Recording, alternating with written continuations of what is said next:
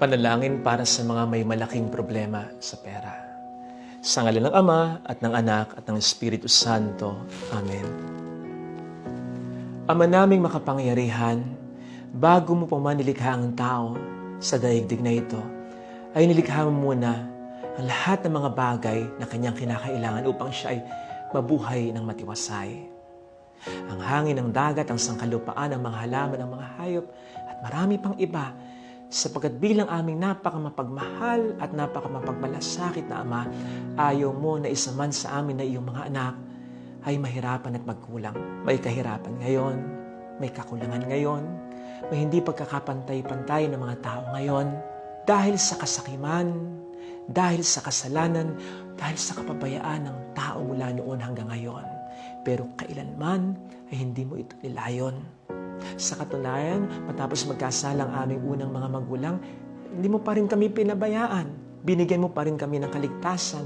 Binuksan mo pa rin para sa amin ang kalangitan. Pinangakuan mo pa rin kami ng abot-abot na maraming mga biyaya mula dito sa lupa hanggang sa buhay na walang hanggan. Kaya ipinagdarasal po namin sa iyo, Panginoon, ngayon ang aming mga kapatid na may malaking problema sa pera. Ang una ay yung mga wala namang kasalanan ng pagkukulang, kundi dahil naging mahirap lamang sila. Biktima lamang ng isang mahirap na sistema. Kumakayod man ay kulang pampagamot, kulang pampaaral, kulang sa pagkakaroon ng disenteng tahanan, at kulang upang sila ay makakain man lang ng 3 beses sa isang araw.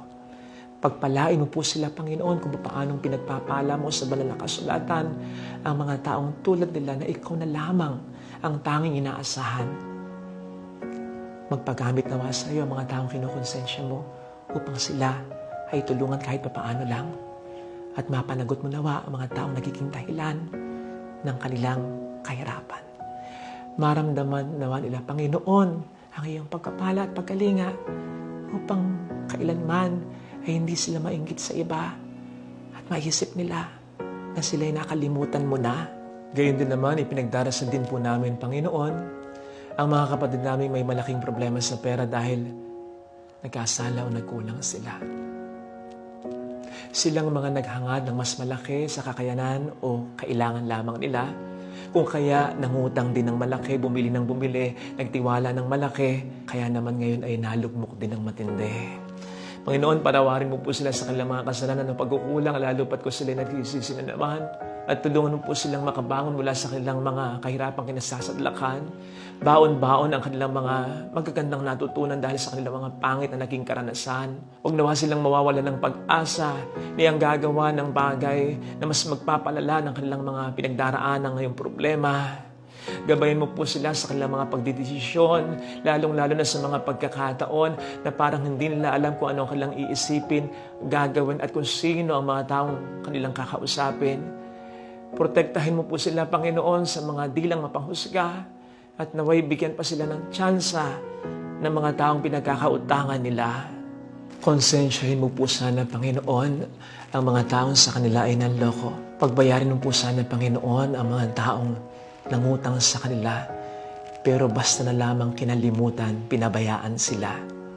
Maisip nawa ng mga taong ito ng bawat pera na ginagasta nila sa masasarap na pagkain, magagarang kasuotan, maaliwalas na tahanan at magagandang lugar na kanilang pinupuntahan, ay meron naman silang mga kapwang pinahirapan dahil sa kanilang kawalang pakialam. Magbayad nawa sila kahit paunti-unti lamang, magkaroon nawa sila ng malasakit o pakialam kahit papaano lamang. Hindi nawa maatim ng mga taong ito na sila'y bumubuhay ng kanilang pamilya gamit ang pera na para naman nilang pinangpatay sa iba. Muli, Panginoon, konsensyahin mo po sila. Kung hindi man, ikaw na po sanang bahala sa kanila kung di sila makonsensya. Lalo pat ikaw naman din po ang nagsabi sa awit 72 verse 4 na mga nangangailangan ay bibigyan mo ng paglingap.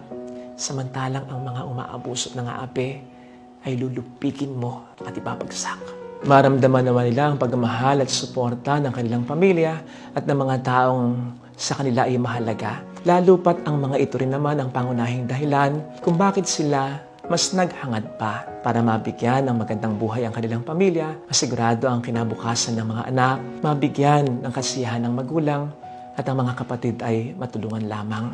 Kaya ang mga ito naman ang unang-unang makaintindi sakaling sila'y magtitipid na, maghihigpit na ng sintron, matututo na ng mamaluktot sa maikling kumot at hindi yung mga ito pa ang unang-unang magtatampo sa kanila.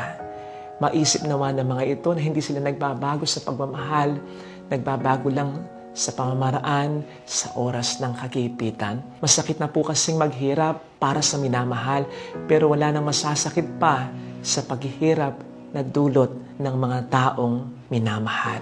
Pagpalain mo po sila, Panginoon, lalo pat wala na silang inaasahan kundi ikaw lamang. At kung wala na rin silang hinahangad na sobra, kundi ang kamanatagan lamang na sa iyo lamang nagmumula. Kaligayahan na hindi na ibibigay ng pera, kundi kaligayahan na naibibigay ng panatag na kalooban sapagkat ang lahat sa buhay ay sinusuko na sa iyo lamang. Ito po ay hinihiling namin at kiniklaim namin para sa amin at sa mga taong lubhang nangangailangan ngayon pa lang magpa sa walang hanggan. Sa ngalan ng Ama at ng Anak ng Espiritu Santo.